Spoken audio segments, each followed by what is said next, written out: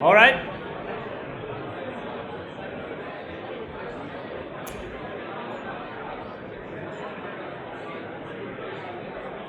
Okay, so next presenter is Cedric Bonnet from Orange, head of wholesale service engineering department. Okay, take it away. All right, next. Okay, so good morning, everybody. Please. So my name is Cedric Bonnet. My accent will tell you that I'm French, and I've been working for Orange for now 9 years, and I'm currently in charge of engineering department for IP networks and services handled by the wholesale international division. So for networkers, this is mainly the OTI, the Open Transit Internet Network, and the services we are building on top of it. So, first of all, to show you who we are, who I represent today. Don't worry, I'm not here to sell anything, just to let you know in which environment we are working, so you can map or not to your own environment. So, within the big Orange ecosystem, we are working in the international wholesale division. So we are reselling some products to several kind of customers, so internet service providers, mobile network operators, content providers, and other over-the-top players. And we are basically sending them four brands of products. So we have the mobile, what we call the mobile public line, which is more the roaming enablers. So when you're a mobile operator, you want to go somewhere, you have mobile enablers. We have a strong legacy business in voice services. So we are, I guess, the first carrier for voice transit in the world. We are, of course, selling some data and IP products, and that's where I'm working on.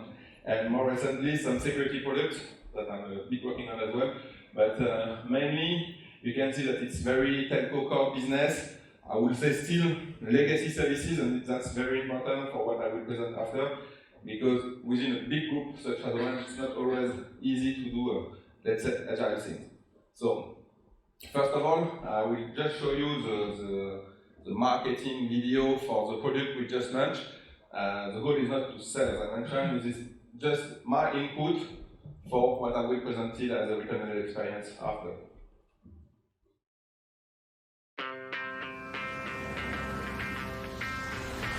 With today's growing connectivity needs linked to cloud and data center services, service providers must be more flexible and agile. But how can you be efficient when you are spending hours on time-consuming processes? To help you develop your core business, Orange is redefining your user experience with a new solution, Ethernet Now. Using network automation and digital management technologies, Ethernet Now brings you online, real-time purchase of point-to-point Ethernet circuits over the Orange MPLS network. All you need to do is go to the Ethernet Now page, which is accessible from your Orange customer portal. The interface is both simple and intuitive and allows you to order new services and manage your existing links. To create a new link, simply click on Order a New Service. Select the POP and the ports you wish to use. The maximum available capacity is displayed for each port so that you can fully benefit from the existing interfaces. Choose the bandwidth and the class of service you want. You will see at once that the corresponding charges are displayed on the screen. Choose the package you wish, and be aware that Full Flexible allows you to modify your circuit at any given time. Confirm your order. Your order is automatically taken into account. Your circuit will be delivered within a few minutes. And you're done. It's as simple as that. By significantly reducing call processing and circuit delivery times, Ethernet Now enables you to oversee contracts and carefully manage your connectivity services. It provides you with responsiveness, agility and flexibility when connecting to data centers all around the world. Connecting two data centers has never been quicker and easier.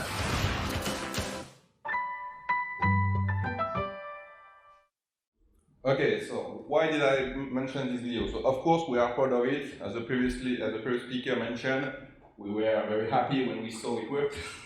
But to be honest, this product won't generate lots of revenues for us. It's the first product we did to digitalize our customer journey. This is basically L2VPN over MPLS network, so from a very network point of view, this is not very something brand new. But all we have achieved to do that is something we are much proud and that we will use in the future. And that's the purpose of the rest of the presentation, to show you what we achieved. And for the anecdote, the video was written before we did the project, in fact. And we are very proud that if you had some chance to see the portal, it's exactly this one. we are very, and I will explain how we worked to fit marketing and technical requirements in all-in-one. So, back to the beginning. So, when I jumped into my current position 18 months ago, I was coming from a mobile environment. I was in charge of roaming within Orange. And you know, roaming is when you go somewhere in the world, and if you want two operators working together, it needs to be strongly interoperated and then strongly standardized, strongly standard. And when I arrived in this exciting new position in OCI, what I discovered was something totally different. We have very good guys, they are craftsmen, as I say, we have lots of CCIEs and so on. We are very customer-centric, we do all what we can for the customer, but everything is almost non-standard. I guess any customer has its own offer. Maybe some of you will recognize this in that way of working. And the funny thing, strong history of oral communication. When I arrived and seek for specifications, told me, talk to this guy. So I arrived, I jumped in, and my management told me, okay, you have to run the automation transformation. As you can see, this is not the best place to start with this kind of exercise. But I was really surprised, and that's the first thing that I learned, to see that, unlike what I thought, people in engineering and innovation were really exciting to move to that world. In engineering, they told me, yeah, this is a really good way to reduce the number of mistakes in operations. If we are able to code the service, there will be no more mistakes. And even in operations, they told me, yeah, we are really excited in that project. It will let us time to work on more interesting stuff. When you don't have to configure the hundreds customer connection, you have time for other things.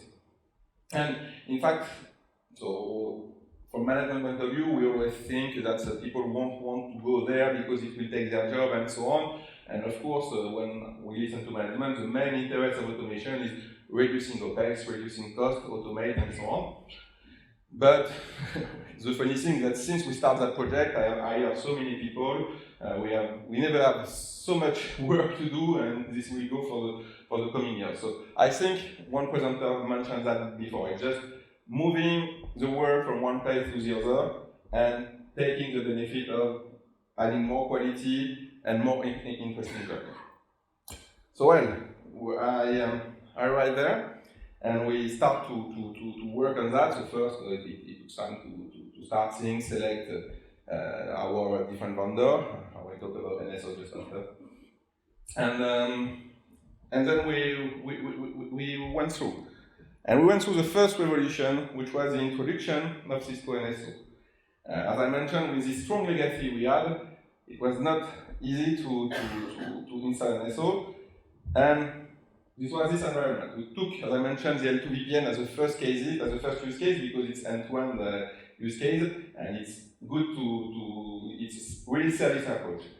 It was purely network-driven approach. That in some organization, make these things crazy. It's not the marketing would ask, it's not the BU who ask, but here we are starting from something, and we need to start from somewhere, and so we at engineering, from network engineering point of view, decided to go to that.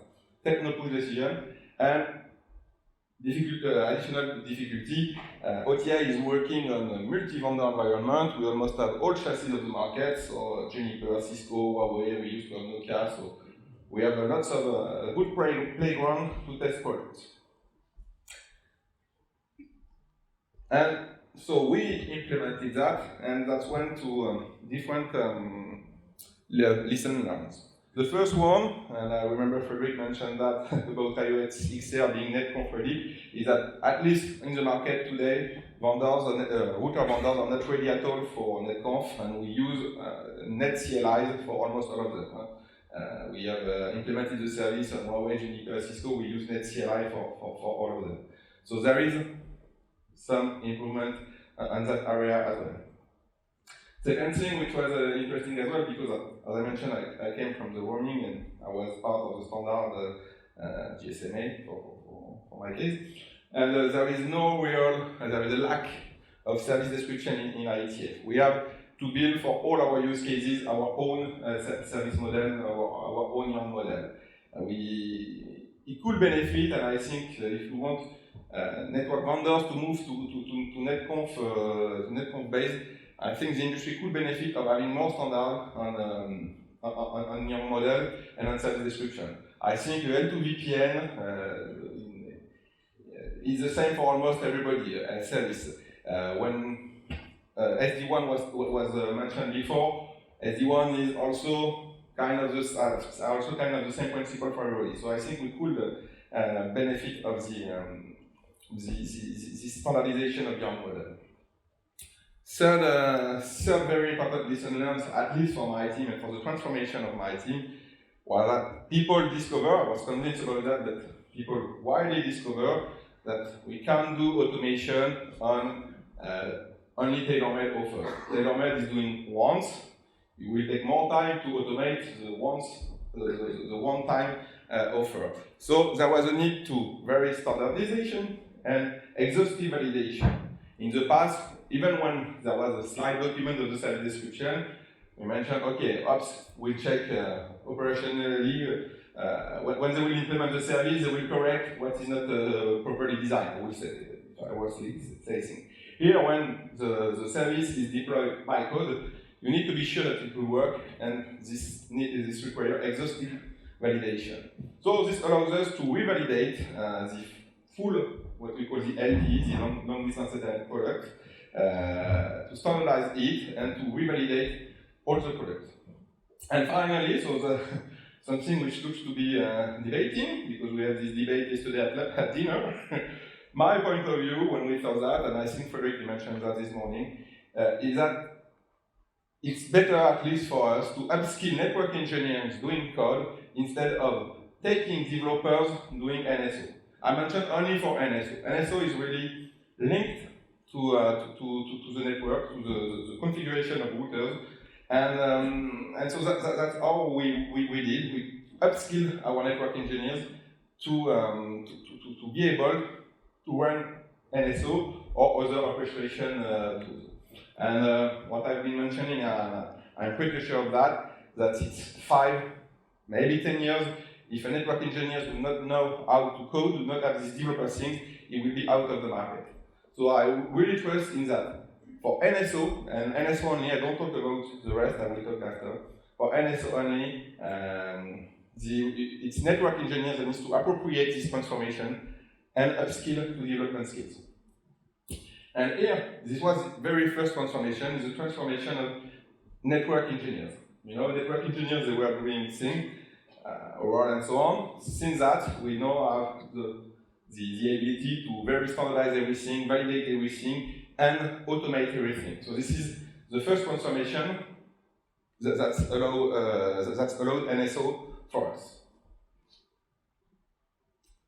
Once we have done this techno pushing, we have put the NSO and so on, there was quickly the need for orchestration. If we want to automate provisioning and so on, it's not only modeling the service, it's also taking some inputs, checking some inventories, implement, doing some pulse checks, and so on. So we introduced for that the essential program, so with the help of Cisco as well, which is Cisco partners, to orchestrate the workflow engine, allowing us to do the service implementation from end to end. And when I say end to end, it's not the POP A to POP B, it's a customer request to the customer billing. Not billing, but at least the input to the billing. And here we touch, before we are touching the network engineer transformation, here we touch the process engineer transformation. Because doing this workflow is what we usually have in process. I don't know how your process guys are, but mine show me a PowerPoint with a square and say, yeah, I don't detail what is in the square. Okay, but here you need to detail what is in the square and you need to code it. And so we engage the process guys transformation. Very important thing also we realized, because it was complex, tailor-made, that we don't have a reliable data management system. You know, if you want to say, this customer, I want to upgrade this bandwidth, for example, or I want to create a new L2 VPN on this existing interface, you need to have a strong network inventory.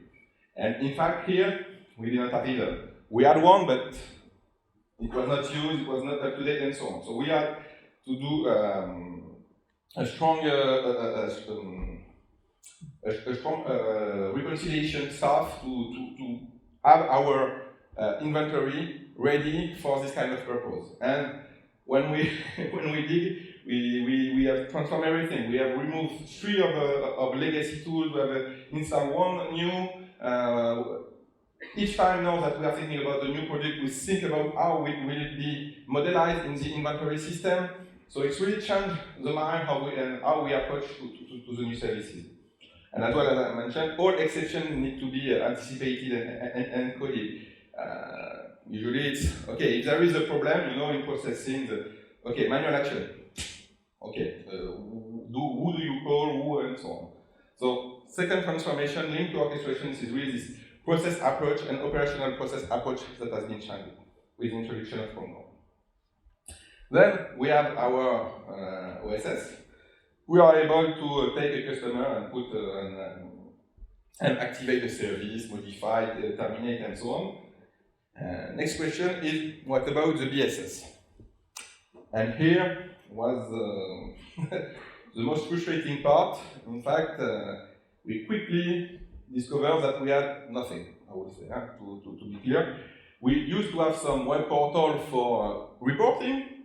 So we were able already to report our activities to the customer, but when it's talked about the riverside, customer provisioning something in the network, with control everywhere, with real-time quoting, real-time feasibility studies, here we had nothing. I don't know how you are, but our IT, what I always say, was a bunch of Excel files, and each time you want something, you call the guy that owns the Excel file, that tell you that this port is probably available because maybe the network is different, and so on. And here, this was really, really difficult. As well, when you talk to marketing, what happened in that situation, we want to do something, they reply, it depends. It depends on what? Yeah, you know, it depends. Okay, but when you want to code a BSS, you can't rely only on it depends thing. And as well, nothing for real-time delivery. So this was almost a showstopper of the project. If we have stayed in our current organization, meaning we started to do RFP, to have BSS, asking lots of companies to do that for us, do real-time quoting, real-time studies, real-time delivery, everything, what we call OT/OTD. I don't know if you have that too. Okay, I talked to my management, okay, let's meet us in 18 months, maybe there will be something. And so, this has been heard, and we started to think differently. So here, I didn't mention, sorry, I talked about network engineer transformation, process engineer. Here you have the marketing transformation, because marketing needs to have product well-defined, price list well-defined, exception case well-defined, and being able to interact more closely with network engineers. Here we approach the marketing technology. And so, we decided to, instead of doing RFP and so on and take ages, we decided to do it by ourselves. This is very new for us because usually we outsource to another division that outsource to another division that outsource to another company, and at the end we have an intern working on that. And here we decided to do very differently. And okay, agile is a key word for everybody, but we say, okay, let's try to do strong agile thing. Let's respect the principles. So we built an integrated and multi-competence team. So in my department, having UX, marketing, IT, network. So marketing is still in marketing, but in my department, just close to my network engineers, I have pure web developers. They are working together. This team was mostly 10 to 12 people, and it's not big thing. We put everybody in the same organization, in the same location. We tried as much as possible to do one roof.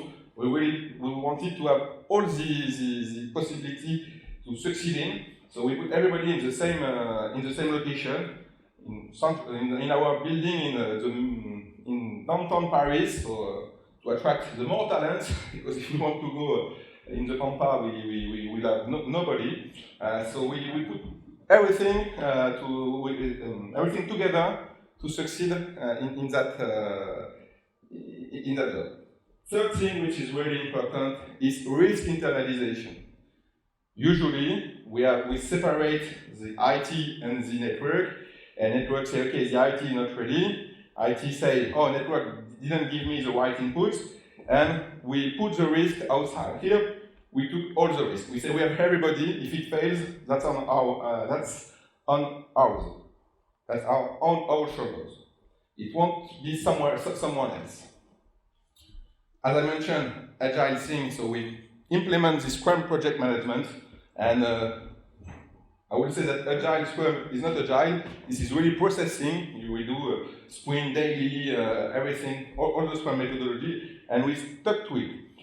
We stuck to it for delivery, but also we stuck to it for continuous improvement, meaning that we were always rethinking, are we doing well? How can we improve ourselves? And also we had the chance, I would say, this is a great chance, to have nothing. Because when you have nothing, you start greenfield, and you can use up-to-date technology. And for the PSS, we implement our own homemade solution, which is based on recent technology for web, so Java Web and Angular for the front end. And so it's easier to attract talent, and it's easier to move forward. We have a strong community behind. So that's the fourth revolution, is the revolution of the project management. Usually, you don't know that in English, but in French we have MOA, MOE, we have lots of hierarchy, we have people asking for planning, and if you skip 1 week and so on. Here, the project management was rethinking every 3 weeks what we will do. And we don't have big roadmaps. The last technology, but which was for us the most impressive one, which was the DevOps Inside revolution. We started, because we have, as I mentioned, greenfield, so we use the last technology. We started directly with the Docker Kubernetes native approach. So all the OSS is Docker native. We have automatic end-to-end testing. We have infrastructure as code. We trust no configuration for the ops equal no mistakes. So we simply give them an image, continuous integration, continuous delivery, continuous deployment. And thanks to that, we stick to that rhythm that we do 3 weeks of development, we do the demo in Scrum, and 2 days after it's in production. And IT, customer facing, and so on. 2 days after, what we do is in production, which is crazy for Orange. For Orange, I have a colleague that tells me that she has the right to do 2 releases by year, and if she misses 1 week, it's skipped to the next semester. So this is really, for us, really impressive. And we also can do a quick emergency release if we need. We just decide to do it every 3 weeks. I know that if we push to the extreme, we can do every time a day. But that's really, really impressive. And that's based on this. So I mentioned technology, Docker, Kubernetes, and CI/CD approach as well, that we enforce as well, and I will talk about later, on NSO development. we upscale what we did for NSO in terms of CI/CD to do it with that OSS, but we went more further. Of course, security by design. Let me explain you. I arrived in. So when you do dev in your lab, nobody asks you anything. But when you arrive to the production team and say, okay, I will put something in 1 month, all new, internet access, customer sensitive information, touching to the network, let me say that I didn't make lots of friends in security. Lots of them were asking, how can you do, it's not secure, it was a new infrastructure zone, because to run a Docker Kubernetes, it was not native in Orange, we built our own one. So everything was new, but okay, we play the game, we do security by design, we have several audits, and everything was clean. But just to mention, as a return of experience, do not miss this security thing. They won't help you, but they can really bother you. And that's all. And then, in roughly 6 months, we build the end-to-end solution. So based on OTI, L2VPN, NSO, Chrome network inventory, homemade OSS, VSS, and authentication behind. And we did it from nothing to production in 6 months. Again, some autonomous experience. You need strong team commitment. It's good to have everybody in one roof for that. What I mentioned, putting all people together was really helpful for that. But you need not people saying, oh, it's the other, it's the other. You really have to put a mindset, an environment that allows to have cooperation. Of course, you need strong management support. Because, and that comes to the belief in it, we'll just explain after, you also need to believe in it yourself. Because when you come to, and each time your management asks you, where are you, how is the project, you say, it's moving. But do you have a roadmap? No, I have only my 3 weeks plan, and then we will see. I spend money over months, it costs a lot, IT costs a lot compared to network. It's surprising, but IT costs a lot. And you engage, you commit on nothing. I didn't commit on any dates because it depends on the rhythm of the team. I didn't commit on any roadmap either to our product line and so on.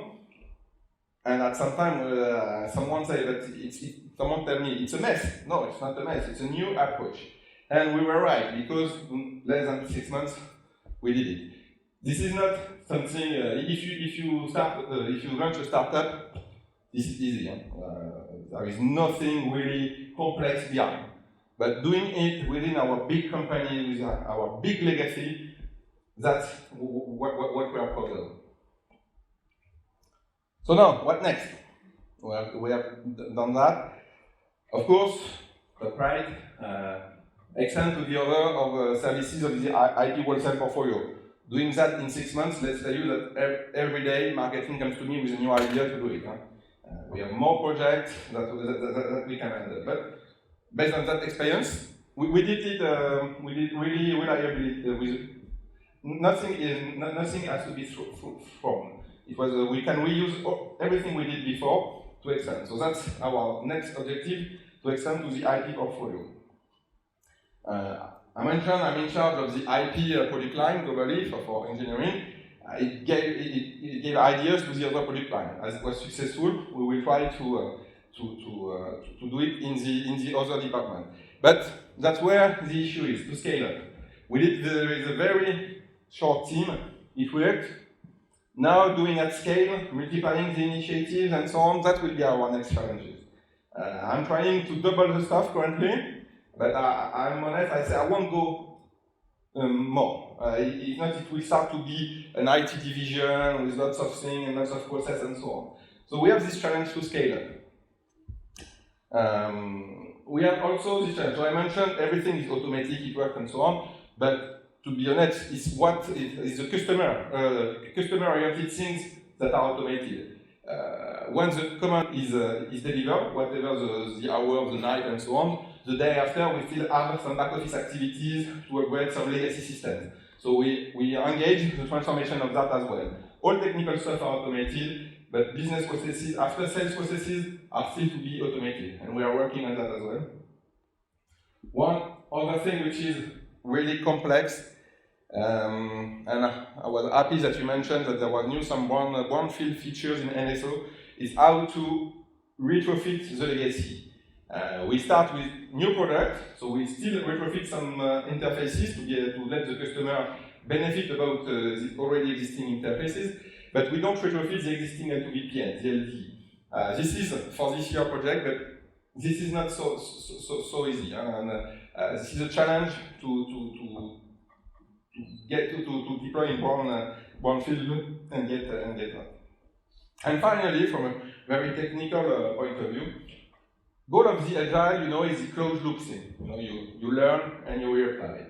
And what I really see interesting is to do that for the technology as well. We start from NSO, as I mentioned. We implement CI/CD, some very short tests and so on. Then we move to OSS, where we do all new technologies, DevOps and so on.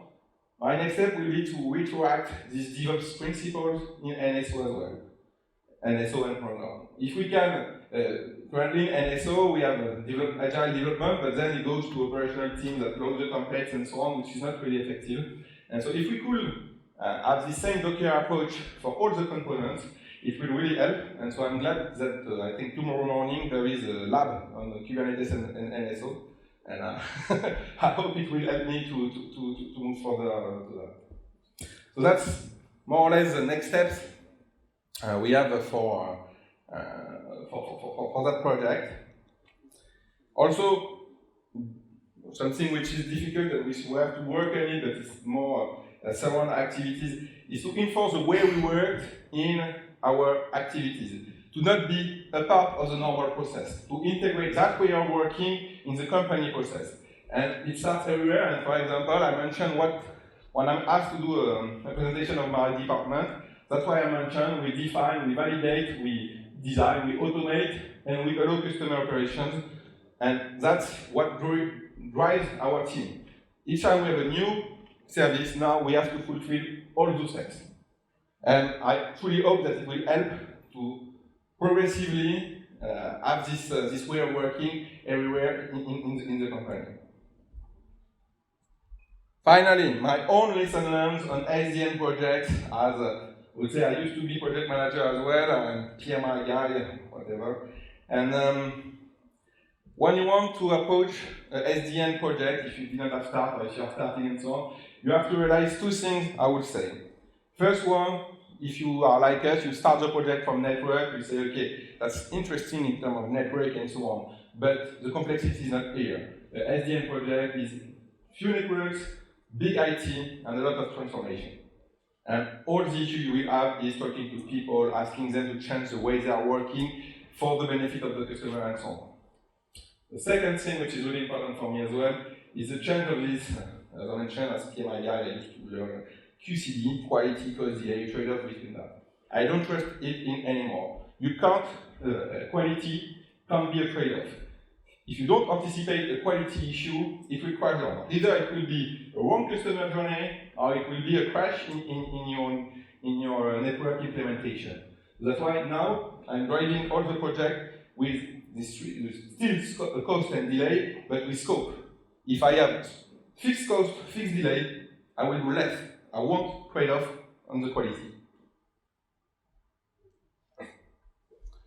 And yeah, finally, my last funny slide. When I prepared this presentation 2 days ago, I realized honestly that all the transformation we did, it was good exercise for me to step down on what we did these past months and what we did. We are proud of that. I'm sure others have done that, others and so on. But this reminds me the Big Bang Theory soundtrack, if you know it. Yes, with a geek attendancy, I'm pretty sure you know the Big Bang Theory. And it was, the song say, we built the world, we built the pyramid, math, science, history, and revealing the mysteries. And for us, that all starts with Cisco NSO. Thank you.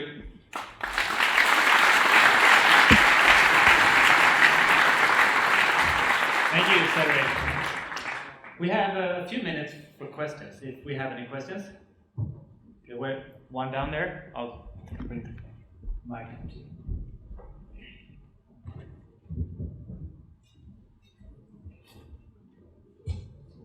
Okay. First, let me congratulate you on a very well implemented solution. I just got a question on one of the slides you mentioned. You decided to upskill networking engineers to code. So my question would be, to what extent they were doing coding or programming? Was this more Yang design, or was it also scripting? And also the second part would then be how come you decided to go network? Thank you. Okay, so they are doing Yang, XML, and Python script. They are doing everything. We don't have any other people. We have the support of Cisco. We used to have one guy coming 1 day per week to help us when we have questions and so on to move forward, but we did ourselves all the coding. So all the parts of the NSO coding. Why did we get to that? Several things. First, we are a very small team. I don't have many skills, so I can't hire lots of developers to bring my network engineers. That was the rationale. But then we truly think in Orange, and we can see we have the new job description, the new job map of things, that network engineers have to upskill to this software. So this is global Orange strategy, and we tried, in fact. We send people in training of NSO. We have several weeks of NSO training. They come to us, they told me, yeah, I think I can do it, I think it will be good. So we try, we succeed. And then we have also current experience when we see that L2VPN was quite a simple service. But when we go through L3VPN, we have lots of interfaces, lots of parameters, lots of VRF and so on. You really have to have the mindset of network to understand how you build your service. And then we consider that that's a debate we had yesterday. I think, and we think globally within our environment, that if you have the right model in your mind, you can code it, I would say. And we do learning sharing. As I mentioned, I have developers in my team, so we are confronting them, they can see, but the job is done by network engineers. Okay, we have time for one more question for lunch. Do we have one more? Olia? Oh, where is the mic? Okay. My name is Sasha, I come from Serbia, ISP. We have similar network vendors that you see. I have several questions. One of the problems that you had is that you had no inventory. Did you implement it in NSO? It's outside? Where is it? No, we use the inventory of another network. So we have, for OBS, there is an inventory that has the advantage as well to be homemade, in fact, and that's why we choose that. People are in turn doing that, it's not outsourced. And then we choose them and we implement all our service logic for that use case first in that inventory. And now we are implementing the rest of the network and decommissioning all the tools, all Excel files and so on for that inventory. So this was something existing, but not for us. And we took advantage of that, having custom development because it's never on-the-shelf thing, and we did like that. But we don't think NSO should be in the inventory. In fact, it's the implementation, it's think or not, it's like being the judge and the president. So we prefer to have something different. Okay, I saw on the slides that you have pre-check and post-check. Yeah. Pre-check, I understand. You want to be sure that you do the right resources, implement it in the right way you want it. What did you do in the post-check? So in pre-check we do more than that. In fact, it's real chance to trust in the IT. Usually in network we don't trust. So we check in the pre-check that the resource is available, and we also check, and this was a strong requirement for me, that we don't touch the backbone interface. Hard-coded, we have hard-coded backbone interfaces, we hard-code that. The code check, in case of L2VPN, we check that the network see for VPN, the LDP session is up, and we have everything being able to check. We don't check that the traffic is going in, but we check that both ends are consistent and are in active state for that session. Okay, one last question for you. You said that, oh, sorry. No problem. Go ahead. You said that you had to really rethink when you're doing the discovery of the existing services and resources that you're using at the moment. Looking now at all that, approximately percentages if you can, how big is the mistake? I mean, you obviously had an idea what the model should look like, what kind of resources you should read from the network and manage it afterwards. How the big the delta was. Okay, I can say roughly that 90% of the part is not standard. But that's not the problem, that's really side things. You know, it's globally okay, but a parameter does not fit with the model. Or several parameters depending, and it's never the same, I would say. So that's a bit with it, we'll change the model. So reconciliating, for most of the case, will just be modifying the configuration, but we will have to go one by one. That's where the issue is. In fact, it's really long time processing to go one by one and reconciliate. If we see some patterns of things that needs to be modified, we will code it. But we need first to go one by one, check where are the difference, and then implement it. So unfortunately, yeah, we can say that 90% is not the standard. But in fact, it has never been a problem. The service is given to the customer. So that's, for example, the SNMP is not activated. We used to activate PB class 4, now the standard for us is PB class 5. That's some small parameters that we need to dig in, and unfortunately there is no magic things to dig in. We have to go one by one. That's where the difficulty is. Not the difficulty, but it will take time. Thank you. Okay, I think we need to break here for lunch. I have some logistic information here before. Thank you, Cedric. Thank you.